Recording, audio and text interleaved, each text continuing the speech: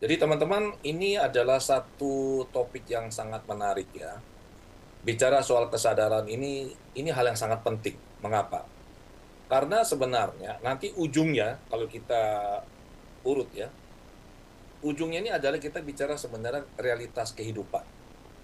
Jadi seringkali saya ini melakukan konseling atau berbagi di komunitas tertentu ya. Saya menyelenggarakan pelatihan. Itu kita selalu berbicara bagaimana caranya untuk bisa meningkatkan kualitas hidup dan kehidupan. Pakai bahasa yang lebih keren itu adalah bagaimana realitas kehidupan ini bisa ditingkatkan sehingga menjadi sesuatu yang lebih baik seperti yang kita harapkan. Karena selama ini ada banyak kita temui orang-orang yang sudah berusaha untuk mencari cara untuk bisa punya kehidupan yang lebih baik, kualitas batin yang lebih baik, kualitas kehidupan mental yang lebih baik itu karena mereka sering mengalami kendala, akhirnya mereka bilangnya begini, ya ini sudah nasib saya, ya memang sudah karmanya saya, ya memang ini sudah suratan, dan seterusnya, dan seterusnya. Apakah benar seperti itu? Sebenarnya tidak. Jadi sebenarnya apabila kita membahas realitas ini, kalau kita mau melakukan perubahan adalah kita perlu memulai dari yang paling-paling basic, paling-paling mendasar, yaitu apa? Bicara kesadaran. Kalau kita berbicara kesadaran, ini perlu dibedakan karena dalam bahasa Inggris dan dalam bahasa Indonesia, kalau kita bicara awareness, itu kesadaran. Kita bicara consciousness, itu juga kesadaran. Nah, ini nanti kita akan bedakan dan saya akan sedikit berbagi mengenai komponen-komponen dalam proses berpikir juga, karena ini landasannya sama, yaitu kesadaran.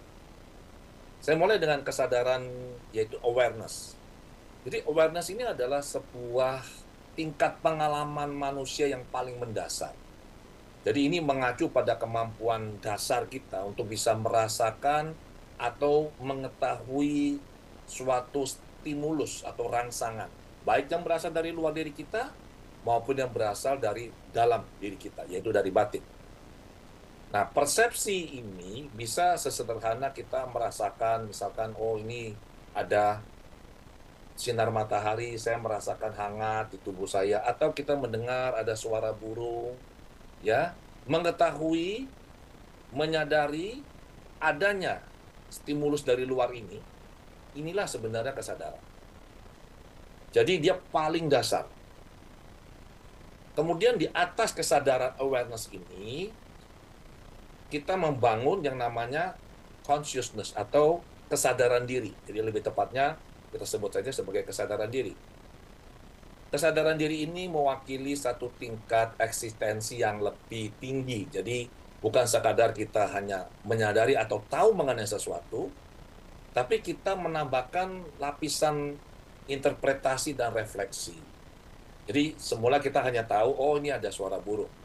Kemudian kalau kita mengaktifkan kesadaran diri kita atau consciousness, maka kita bisa memikirkan atau kita bisa melakukan pemikiran, ini sebenarnya apa ini?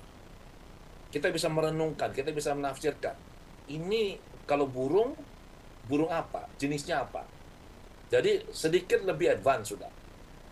Dengan menggunakan kesadaran diri ini kita mencipta makna, kemudian persepsi yang sudah kita miliki itu bisa menjadi sesuatu yang berbeda dari sekadar kita tahu.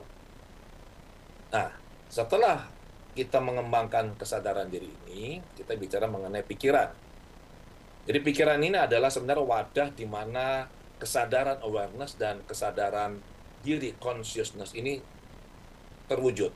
Jadi ini sebenarnya adalah sebuah jaringan proses kognitif yang sangat kompleks.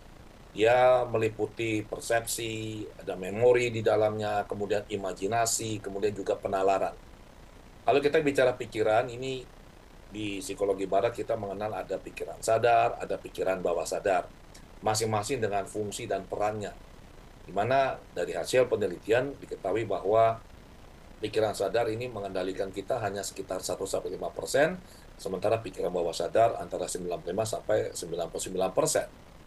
Jadi pikiran ini tempat kita membangun model mental yang kompleks ya, yang rumit mengenai realitas yang kita alami. Dan di pikiran ini jugalah buah pikir ini terbentuk. Kemudian keyakinan atau belief-beliefnya kita terbentuk. Pengetahuan itu kita sintesiskan di pikiran ini.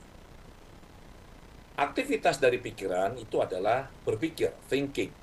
Nah, thinking ini memungkinkan kita melakukan analisis. Kita melakukan sintesis, melakukan evaluasi terhadap informasi atau data yang kita dapatkan dari lingkungan. Jadi ini adalah proses bagaimana kita menghubungkan berbagai elemen pengalaman.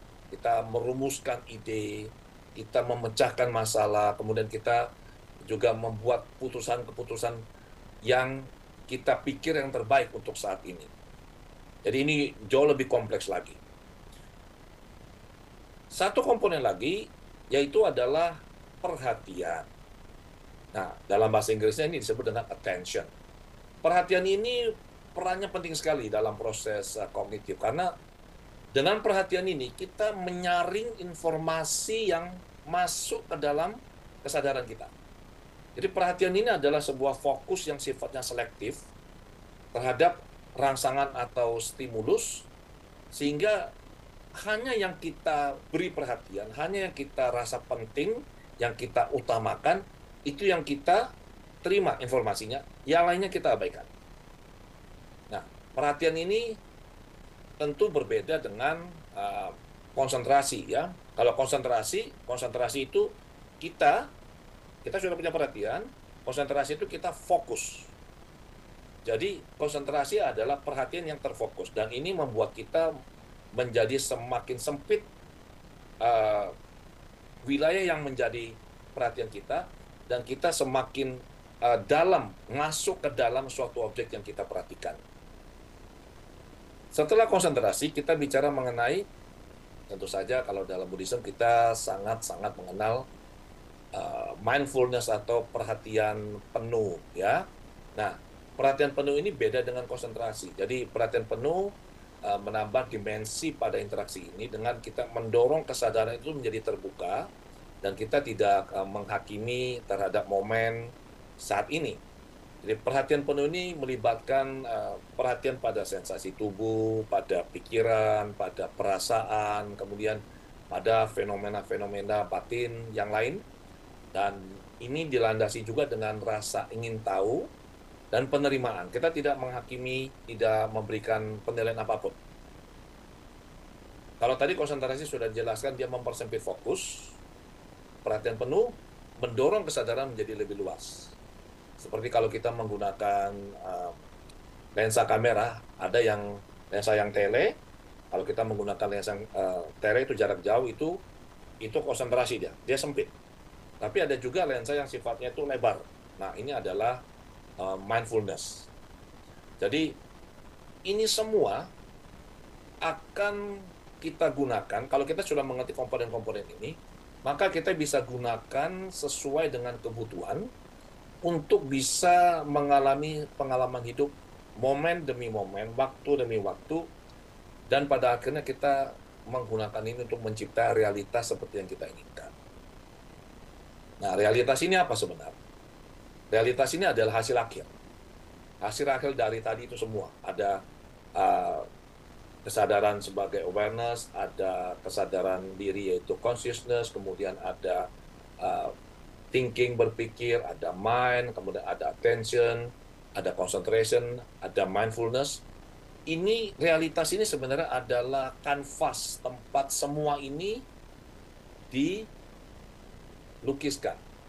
Jadi apa-apa yang sudah dijelaskan ini, itu mereka saling berpengaruh, saling mempengaruhi, dan ini semua dituangkan di atas kanvas realitas. Dan inilah yang kita alami dalam kehidupan kita. Ada yang suka dengan lukisannya, ada yang tidak suka. Nah, kalau sudah suka, bagus. Kalau tidak suka, bagaimana? Kita perlu mengubah. Dan untuk mengubah gambar yang ada pada kanvas ini, yaitu realitas ini, tentu kita membutuhkan sebuah cara, upaya. Untuk bisa melakukan itu, kita perlu mengerti komponen-komponen yang tadi sudah dijelaskan. Jadi tidak asal, ya pokoknya saya mau menggunakan kesadaran, tidak. Jadi kita mengerti dulu kesadaran ini apa, kemudian kesadaran diri ini apa, terus bagaimana kita pikiran kita bekerja, bagaimana kita menggunakan perhatian kita, bagaimana kita menggunakan konsentrasinya kita. Dan ini saling terhubung, saling berpengaruh, dan seringkali karena ini mayoritas terjadi di bawah sadar, kebanyakan orang tidak sadar apa yang terjadi, komponen-komponen yang tadi sudah dijelaskan ini bekerja secara otomatis, mengikuti sebuah default yang umumnya orang tidak sadar. Tapi begitu kita sudah sadar, kita menggunakan kesadaran kita menyadari, kita tahu apa yang terjadi di dalam diri kita, maka pada momen inilah kita mulai bisa melakukan perubahan seperti yang kita inginkan. Jadi realitas ini adalah sebuah konstruksi yang sifatnya subjektif, ya, sebuah gambaran yang diciptakan pikiran berdasarkan stimulus atau informasi yang masuk, kemudian ini diterjemahkan, diinterpretasikan. Nah, akan tetapi kembali lagi, informasi yang masuk ini bergantung bagaimana kita memfokuskan pikiran kita, perhatian kita pada yang mana. Jadi misalkan ada sebuah informasi yang sama, tapi oleh dua orang yang berbeda, mereka menggunakan kesadaran yang berbeda saat itu. Yang satu benar-benar aware, mindful, yang satu tidak. Yang aktif hanyalah kesadarannya yang paling dasar itu, dan dia tidak secara fokus atau mengarahkan pikirannya untuk bisa memilih mana informasi yang mau dia pelajari atau dia terima. Maka interpretasi dari informasi yang tidak lengkap ini berpengaruh pada hasil yang dia ciptakan. Bisa sesuatu yang negatif, bisa sesuatu yang positif. Kalau dia positif, ini bagus. Tapi kalau dia negatif, ini akan sangat berpengaruh bagi hidup dan kehidupannya kita. Jadi singkat cerita begini, kesadaran ini membuka pintu menuju kesadaran diri. Jadi dari awareness kita ke consciousness. Kemudian pada gilirannya ini membentuk fungsi pikiran. Pikiran melalui proses berpikir didukung oleh perhatian, konsentrasi, kemudian perhatian penuh, itu mencipta narasi yang terus berkembang. Dan ini yang akhirnya disadari atau tidak akan menentukan atau mendikte persepsi kita. Nah, persepsi ini juga dipengaruhi oleh belief yang ada di pikiran kita, di bawah sadar. Dan ini kerjanya otomatis. Seperti kita menggunakan kacamata seperti ini, atau kita menggunakan, kalau kacamata kita masih sadar ya, ada kacamata ya. Atau kita menggunakan soft lens. Jadi persepsi ini memberikan warna, sehingga kita tidak bisa melihat segala sesuatu itu apa adanya, tapi kita melihat itu sebagaimana kitanya. Jadi menurut kita, maunya seperti apa, ya terjadilah seperti itu.